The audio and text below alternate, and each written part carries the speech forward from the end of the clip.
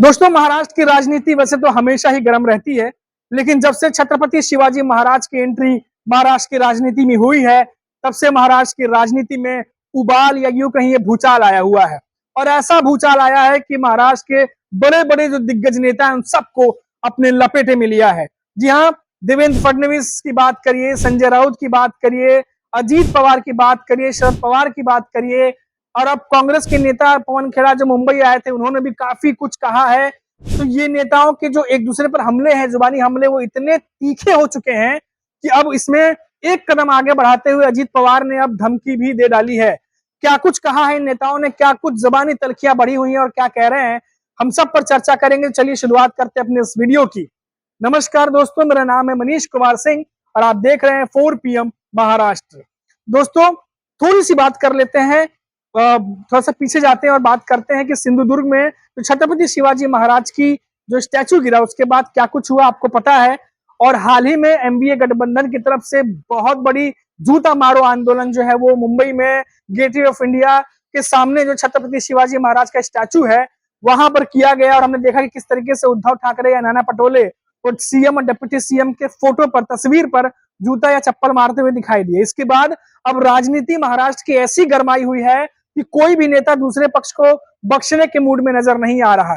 अब देखिए, इस पर देवेंद्र फडणवीस जो हैं, उन्होंने रिएक्शन दिया और कहा कि छत्रपति शिवाजी महाराज का जिनका मुद्दा एमवीए के नेता उठा रहे हैं, उन्होंने खुद कभी छत्रपति शिवाजी महाराज का जो है सम्मान नहीं किया। पंडित जवाहरलाल नेहरू का नाम लेते हुए कहा कि कभी भी उन्होंने या इंदिरा गांधी ने जब भी लाल किले से उन्होंने भाषण दिया, अपने भाषण में कभी भी छत्रपति शिवाजी महाराज का जिक्र नहीं किया। और कई सारे उदाहरण देते हुए उन्होंने बताया कि कैसे नेहरू के जमाने से ही छत्रपति शिवाजी महाराज का कांग्रेस ने अपमान किया है। ये जो आज आंदोलन हो रहा है, पूरे तरीके से राजनीतिक आंदोलन है। इन्होंने महाविकास आघाड़ी हो, कांग्रेस पार्टी हो, कभी भी छत्रपति शिवाजी महाराज का उन्होंने सम्मान नहीं किया।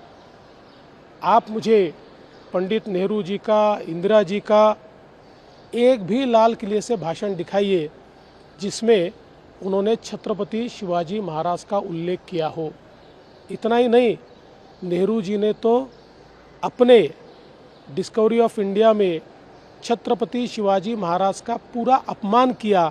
क्या उसकी माफ़ी कांग्रेस पार्टी और महाविकास आघाड़ी मांगेगी? और इस बयान के बाद अब कांग्रेस महाराष्ट्र में भड़क गई है।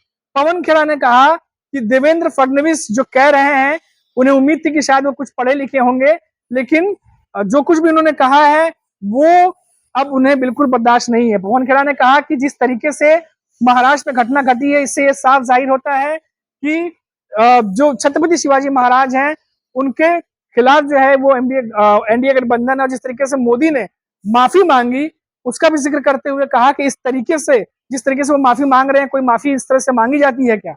कई सारे बयान देते हुए अब पवन खेड़ा ने जो है वो एनडीए गठबंधन को महाराष्ट्र में घेरने की कोशिश की है। देवेंद्र फडणवीस से मुझे उम्मीद थी कि थोड़ा बहुत तो पढ़े लिखे होंगे, क्योंकि नेहरू जी ने तो पहली एडिशन के बाद ही पत्र लिखा। 1936 मार्च में पत्र लिखा, यहीं के एक इतिहासकार को पत्र लिखा और बोला कि मैंने जब जेल में लिखा था, मेरे पास रेफरेंस मटेरियल नहीं था। अगले एडिशन में उन्होंने फिर उसको बदला।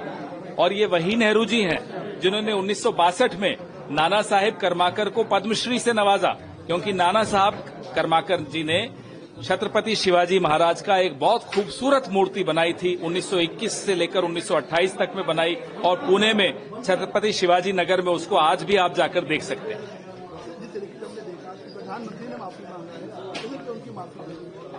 भाई देखिए, पत्थर मारकर, माफी मांगते हुए भी पत्थर मारा, महाराष्ट्र की जनता को एकदम गुस्से में गुर्राते हुए माफी मांगी। कोई माफी होती? माफी क्या होती है साहब? आप लोगों को सस्पेंड करिए। कौन है वो मिनिस्टर, मुख्यमंत्री जिसके बेटे का दोस्त जिसको ये ठेका मिला, कहां है वो? सामने लाइए, उनको सजा दिलवाइए, उनको आप पद से बाहर करिए, तब तो समझ में आता है कि आपकी नीयत में कोई खोट नहीं है।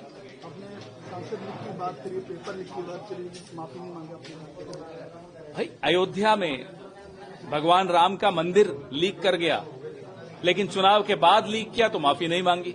संसद लीक कर गया, चुनाव के बाद लीक किया, माफी नहीं मांगी। यहां चुनाव आने वाला है तो माफी मांगने आ गए। इनकी माफी को कौन गंभीरता से ले रहा है? आपको पता होगा कि जिस तरीके से एनडीए गठबंधन ने गेटवे ऑफ इंडिया पर जूते मारो आंदोलन किया था, तीनों ही प्रमुख नेता उद्धव ठाकरे, शरद पवार, नाना पटोले, उसके बाद बात कर लें पृथ्वीराज चौहान, सुप्रिया सुले, कई बड़े नेता जो है वहां मौजूद थे, अनिल देशमुख भी थे। और तस्वीर जब वो वायरल हुई, जब फोटो पे जूते चप्पल मारे जा रहे थे, उसके बाद अजीत पवार का क्या बयान आया है।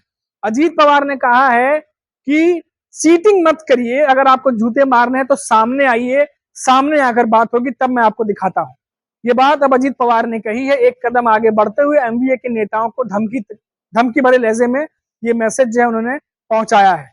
अभी देखिए, ये जो पूरा मामला गरमाया हुआ है, अगर इसको आप थोड़े बड़े स्केल पर देखें तो आखिर क्या बात है ऐसी कि कोई भी राजनेता जो है इस मामले पर दबना नहीं चाह रहा, क्योंकि ये एक ऐसा मुद्दा है जो महाराष्ट्र की राजनीति में आने वाले विधानसभा चुनाव में सरकार कौन सी बनेगी, इसका दशा और दिशा तय करने में ये मुद्दा, ये जो मामला हुआ, ये बहुत ही अहम भूमिका निभाने जा रहा है। क्योंकि सभी को पता है कि महाराष्ट्र में छत्रपति शिवाजी महाराज किस तरीके से एक आराध्य देवता की तरह पूजे जाते हैं, और यही मामला है कि तमाम नेता ये बात को समझ रहे हैं कि जो महाराष्ट्र की जनता है उसके दिमाग में ये बात बैठ चुकी है कि जो छत्रपति शिवाजी महाराज का स्टैचू सिंधुदुर्ग में गिरा है, ये एक बड़ी घटना है और इसको लेकर के राजनीति चल रही है। ये बात जनता भी जानती है, लेकिन नेता एक दूसरे को घेरने में लगे हुए हैं और इनको ये बात साफ साफ पता है कि एनडीए को खासतौर से कि अगर इस मामले पर महायुति इसी तरीके से घिरी रही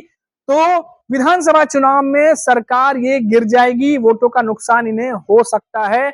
और एनडीए के नेता, ये जो मामला सामने आया है, क्योंकि इसमें खुद प्रधानमंत्री नरेंद्र मोदी जो है वो गए थे उद्घाटन में, तो अब ये मौका जो है वो छोड़ना नहीं चाह रहे और इस पर जबरदस्त तरीके से जो है वो महायुति को घेर लिया है। अब महायुति के जो नेता हैं, जो एनडीए के नेता हैं, वो बयानबाजी तो कर रहे हैं। अभी मैंने आपको बताया कि देवेंद्र फडणवीस ने क्या कुछ कहा।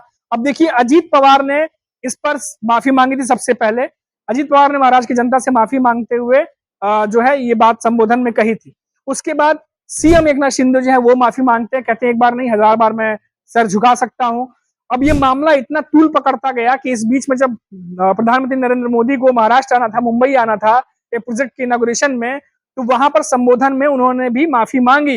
लेकिन जिस तरीके से उन्होंने माफी मांगी, उस तरीकों को लेकर के अब एनडीए गठबंधन जो है प्रधानमंत्री नरेंद्र मोदी को और साथ ही साथ बीजेपी और एनडीए गठबंधन को घेरने पर लगा हुआ है। उनका साफ कहना है कि ये माफिया जो है, जो एनडीए के नेता मांग रहे हैं, ये राजनीतिक माफिया है और ऐसी माफी जो है इस तरीके से नहीं मांगी जाती है। और खासतौर से जिक्र करते हुए कह रहे हैं कि जिस तरीके से नरेंद्र मोदी ने जो है वो माफी मांगी है, उनके चेहरे पर माफी मांगने का कोई भाव जो है वो नहीं दिख रहा था। तो ऐसी तब तमाम बातें जो हैं वो करके अब महायुति को घेरने की लगातार कोशिश की जा रही है। और इन सबके बीच जो लगातार बयान आ रहे हैं वो भी मैंने आपको बताया कि अब संजय राउत जो है उन्होंने भी लगातार घेर रहे हैं इस मामले पर। वहीं बात करें देवेंद्र फडणवीस जो है वो पलटवार कर रहे हैं।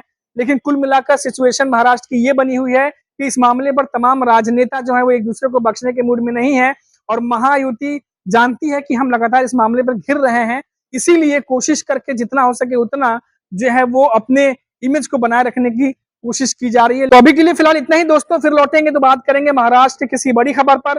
तब तक के लिए आप देखते रहिए 4 PM महाराष्ट्र और मुझे दीजिए इजाजत। नमस्कार।